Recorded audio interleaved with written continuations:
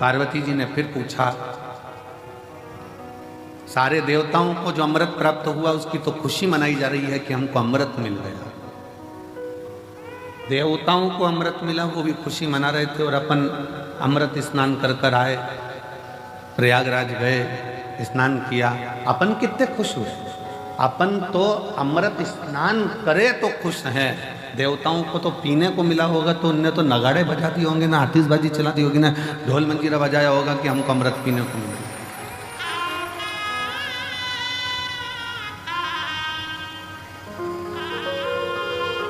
उनको तो कितनी प्रसन्नता हो रही होगी कि हमको अमृत मिला है।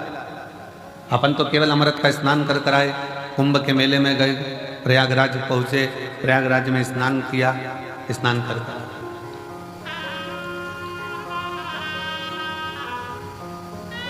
पर जरा विचार करिएगा,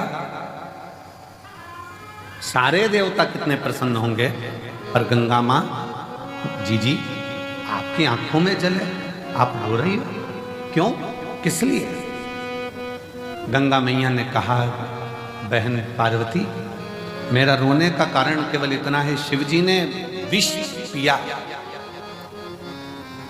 कंठ में विष भरा गया, शंकर भगवान के मस्तक से मैं बहती हुई शिव पर जल चढ़ाती चढ़ाती मैं ब्रह्मांड का कल्याण करने के लिए आई हूं, पर शिव जी के गले का विष इतना तप रहा है, शिव जी के गले का विष इतनी तपन दे रहा है कि मेरे जल में रहने वाले सारे जीव बड़े कष्टप्रद हो रहे हैं,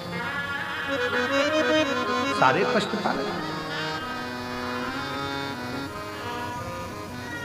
पार्वती जी बोली, हमने तो ये सोचा ही नहीं था, हम तो सोचे कि तुमने अमृत ग्रहण कर लिया, अमृत का पान कर लिया, अमृत तुम्हें प्राप्त हो गया, इससे बढ़कर सुख और क्या चाहिए, इससे बढ़कर श्रेष्ठता और क्या हो सकती।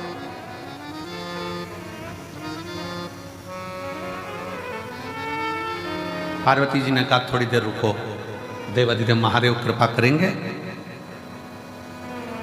अंदर से मां गंगा विचलित है, भीतर से मां गंगा विचलित है कि भगवान शंकर के गले में जो विष है, वो विष की जो तपन है,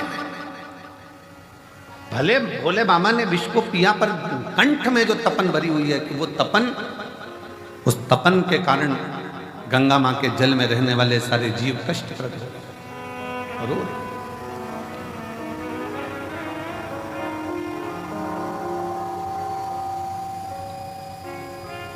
नैनों से जल बह रहा है, आंखों से आंसू निकल रहे हैं।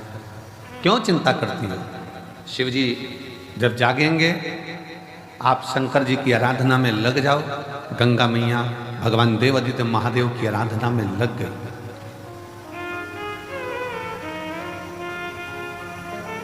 क्या आराधना करी गंगा मैया ने? अकेले नहीं, मां गंगा का जल जैसा जैसा बहता गया और जितने जितने जीव उस जल के अंदर रहते थे, गंगा मैया ने सबसे कह दिया कि मैं अकेली शिव जी को राजी नहीं कर सकती, सब मिलकर। जब सब मिलकर पुकारोगे तो बाबा सुनेगा जरूर। अकेले रहकर टीवी के सामने बैठकर कथा सुनना अलग बात है, मोबाइल लेकर दुकान पर अकेले बैठकर कथा सुनना अलग बात है, पर सामूहिक रूप से जब हम किसी पंडाल में पहुंचते हैं, बाबा कुबेर भंडारी के दरवाजे पर पहुंचकर कथा सुनते हैं, तो उसका फल अलग बात है, वो अलग है।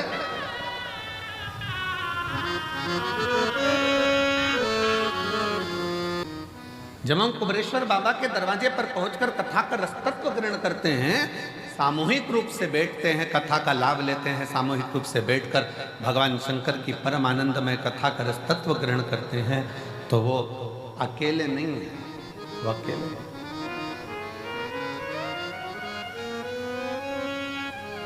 सामूहिक प्रार्थना में बहुत बल होता है महाराज। जब आप और हम एक साथ बैठकर श्री शिवाय नमस्तुभ्यम का गुणगान करते हैं और बाबा से अपने मन की बात करते हैं, तो मेरा देव अधिदेव महादेव 3 महीने में आपके मन के भाव को पूर्ण करता है।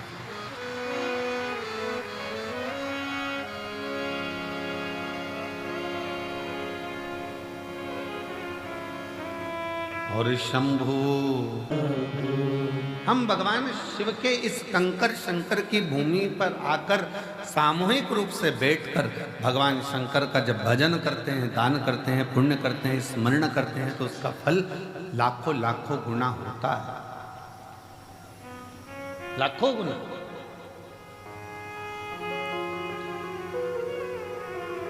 बहुत ध्यान से सुनना, कथा का स्मरण करिएगा बहुत सावधानी से।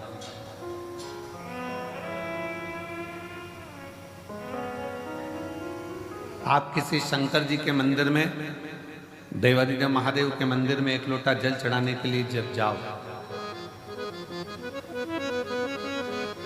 और शिव जी के मंदिर में जब एक लोटा जल चढ़ाने के लिए जाओ, 8-10 माताएं बैठी हो, 4-5 माताएं बैठी हो, 2-4 माताएं बैठी हो, बच्चे कोई हो, बुजुर्ग कोई हो, बूढ़ा कोई हो, पुरुष कोई हो, स्त्री कोई हो, कन्या कोई हो, बेटी कोई हो, और भगवान शिव को आप जब एक लोटा जल समर्पित कर रहे हो, सब बैठे हैं, सब पूजन कर रहे हैं, सब अर्चना कर रहे हैं, सब जल चढ़ा रहे हैं, सब भक्ति कर रहे हैं, और उसी में तुम भी पहुंच गए, आप भी पहुंच गए, एक लोटा जल चढ़ाना प्रारंभ कर दिया। और जब जल चढ़ाना प्रारंभ करा तो समझ लेना कि आज इतनी सारी माताएं जब एक साथ जल समर्पित कर रही हैं, एक साथ भगवान को पुकार रही हैं, तो भगवान की भक्ति में कोई ना कोई एक ऐसी इसमें स्त्री होगी, एक कोई बच्चा, कोई बुजुर्ग, कोई बड़ा, उसमें कोई ना कोई एक ऐसा होगा, और वो अकेला जब शंकर जी को पुकारेगा तो उसके बल पर हम भी तर जाएंगे और हमारा भी कल्याण। कोई अकेला, कोई एक,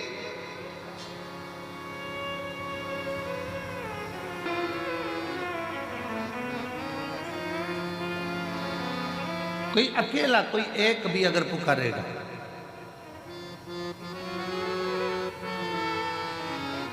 और अकेला यदि एक भी अगर उसमें से पुकारता है और उसमें से 10 हैं, अच्छा देखो बहुत सरल बात, उसे समझे जरा सा, और सरल भाषा में समझो, इससे समझ में नहीं आए तो और सरल भाषा में समझो। सब्जी वाले के पास जाओ और उससे अकल लो थोड़ी सी। सब्जी वाला क्या अकल देता है, क्या बुद्धि देता है? वो सब्जी की दुकान पर बैठे बैठे मिर्ची को छाट कर अलग करता रहता है, आलू को छाट कर अलग करता रहता है, प्याज को छाट कर अलग करता है, लहसुन को छाट कर अलग करता है, संतरे वाला संतरे को छाट कर अलग करता है, केले वाला केले को छाट कर अलग करता है, अंगूर वाला अंगूर को छाट कर अलग करता है। क्यों अलग कर रहा है? उसको मालूम है अगर एक केला सड़ा इतने केलों में बैठ गया तो वो सारे केलों को सड़ा देगा। एक टमाटर सड़ा इतने सारे टमाटर को सड़ा देगा। एक आलू सड़ा इतने आलू को सड़ा देगा। एक मिर्ची सड़ी बहुत सारी मिर्ची को सड़ा देगी। एक जरा सा कोई चीकू सड़ा बहुत सारे चीकू को सड़ा देगा। अब उससे आप समझें, एक इतनों को बिगाड़ सकता है तो कोई एक इतनों को तार भी सकता है। एक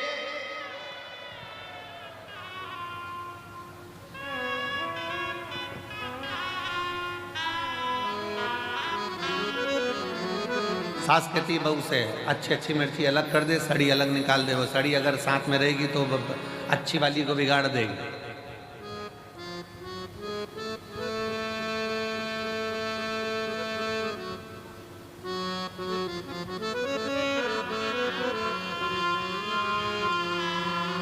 सास की जिस बहू से नहीं बनती है ना, और बेटे की नई बहू आ रही होती है ना, और जिस बहू से नहीं बनती वो 4-6 में से किसी एक में से, और 4-6 में से एक से नहीं बनती है और नई बहू आ रही होती है ना, तो वो जिससे नहीं बनती है ना उस बहू को उसके पास जाने ही नहीं देती, उसके बाद पहुंचने ही नहीं देती।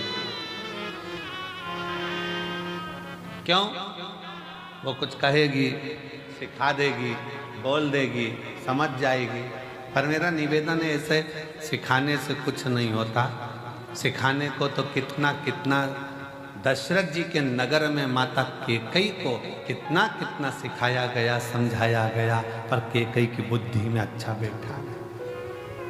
और विभीषण के यहाँ, रावण के यहाँ कितना कितना लंकाधिपति रावण कैसा था और उसके घर में कैसा कैसा उत्पात मचता था, तो भी कुछ तो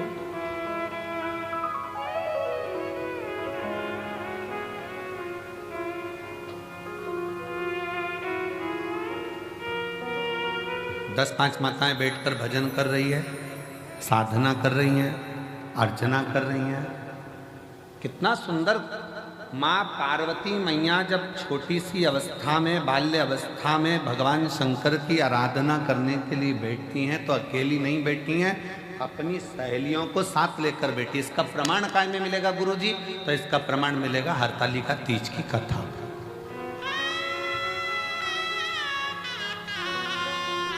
कौन कौन करता है हरतालिका तीज? हाथ उठाओ जरा। करते हो सब लोग? तो हरतालिका तीज की कथा में प्रमाण मिलता है कि पार्वती जी अपनी सहेलियों के साथ एक वन में चली गई, गुफा में पहुंच गई। गुफा में कंदरा में पहुंचकर उन्होंने शिव जी की आराधना करना प्रारंभ किया। अपनी सहेलियों के साथ शंकर भगवान की आराधना में डूब।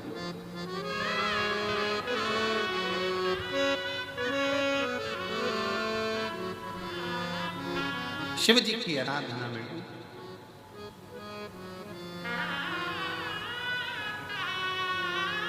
क्या हुआ? पार्वती जी तो तब साधना कर रही थी। सहेलियां क्या कर रही थी? सखियां क्या कर रही थी? पार्वती जी तो शंकर के पार्थिव शिवलिंग का पूजन कर रही थी। सखियां क्या कर रही थी? सहेलियां क्या कर रही थी?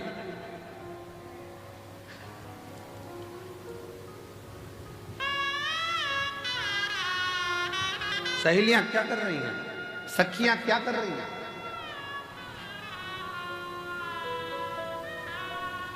पार्वती जी तो तप साधना में लीन है। ये वाला पार्वती जी तो तप साधना में लीन है, सखियों में लीन है। पार्वती जी तो शिव जी की भक्ति में लीन है। और सखियां कर क्या रही? क्या कर रही? सखियां, पार्वती जी तप करती हैं, साधना करती हैं, पार्वती जी शिव को राजी करती हैं, और सखियां खड़ी खड़ी पार्वती को देखते देखते भगवान शंकर से प्रार्थना करती हैं, बाबा कब सुनोगे? ये बेचारी कब से तुम्हारा इंतजार कर रही है, कब से तुम्हें पुकार रही है, एक बार तो बाबा आओ ना, इसकी सुनो, इसकी सुनो।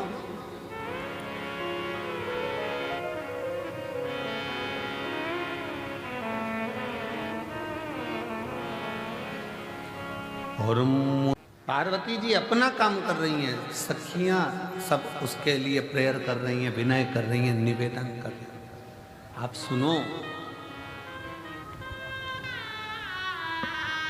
जब रोज रोज मंदिर में 4-5 माताएं, जीजियां, बेटियां, बेटा, भाई सब मंदिर में मिलते हैं ना, तो मंदिर में कभी कभी मुख से निकल जाता है, ये रोज आती है बाबा के दरवाजे पर, रोज बाबा को जल चढ़ाती है, रोज बाबा का भजन कर, रोज कर।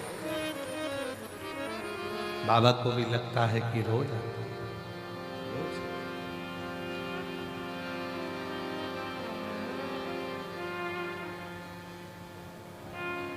प्रतिदिन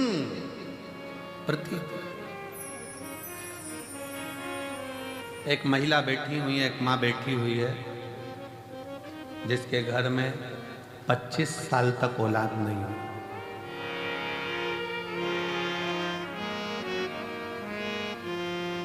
अब उसने इलाज करवा लिया, सब दूर से प्रार्थना कर ली, सब जगह से। आखिरी में एक दिन उसके मोहल्ले में कोई ने कहा कि अगर 24-25 साल हो गए हैं तो कहा कि अब मैं माँ कभी नहीं बन सकती, ऐसा है। जब इतने साल, 25 साल बहुत होते। अब शादी के 25 साल, जरा विचार करिएगा, जब औलाद का 24-25 साल तक सुख ना हो तो वो कितना मन में कचोटता होगा। तब किसी ने कहा एक काम करो, जाओ एक बार कुबेरेश्वर बाबा की भूमि पर जाओ, रुद्राक्ष महोत्सव हो रहा हो, तंबू तानो, बाबा का भजन करो, स्मरण करो, कथा सुनो, शिव भक्ति को धारण करो, सुनो कथा। आई, बाबा से विनय करा, निवेदन करा, पत्र है उसका कोई,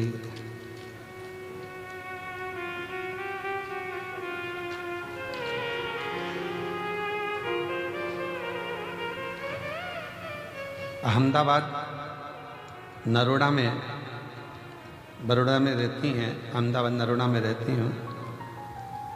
कहीं बैठी हैं जिन्होंने पत्र लिखा है, आई आ जाओ, एक बेल पत्र लेकर जाना।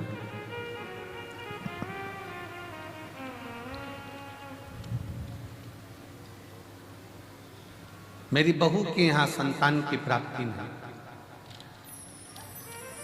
24 साल निकल गए, तब इस बाबा के दरवाजे पर आकर विनय करी और बाबा की कृपा से 24 वर्ष के बाद पुत्र रत्न की प्राप्ति हुई, बाबा की करुणा से।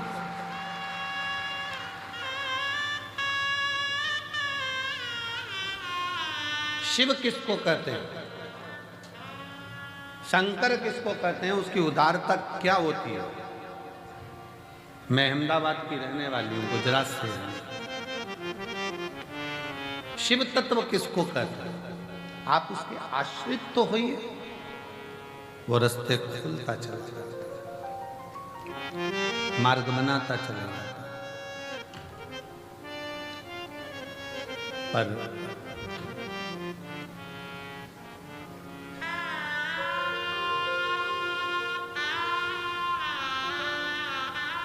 हम जब उसको पुकारते हैं, एक साथ बैठकर जब उसका भजन करते हैं, स्मरण करते हैं, उसका नाम जाप करते हैं, तो वो आता है।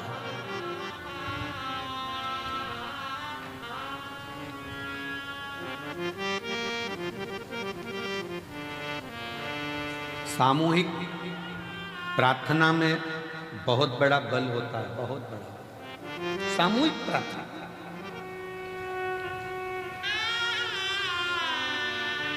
अभी अभी तो थोड़ा थोड़ा ये घरों में विवाद ज़्यादा हो गया था, तो लोग पूजन पाठ अलग अलग करने लगे। पर मेरी बुजुर्ग माताएं, जितनी बूढ़ी बूढ़ी माँ बैठी हैं, ईमानदारी से बोलना, तुम्हारे घर में देवी का पूजन भी साथ में होता था, देवता का पूजन भी साथ में होता था, नवरात्रि में अष्टमी नवमी साथ में पूजन होती थी। तुम्हारे घर में कोई बड़ा त्यौहार आ गया, लक्ष्मी पूजन, ये पूजन, वो पूजन, सारी पूजन साथ में होती थी। हरतालिका तीज करते थे तो मोहल्ले की सारी, गांव की, नगर की माताएं इकट्ठी हो जाती थी। बोलो सही है कि गलत है? पहले पूजन की सामूहिकता, आ जाओ, पहले सामूहिक पूजन की प्रधानता थी, सामूहिक पूजन।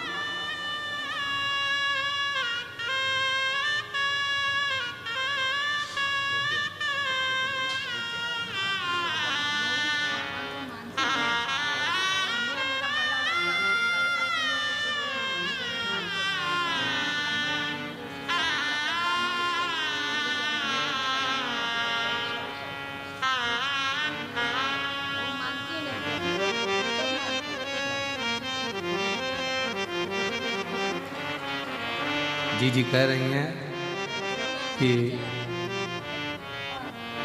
बहू का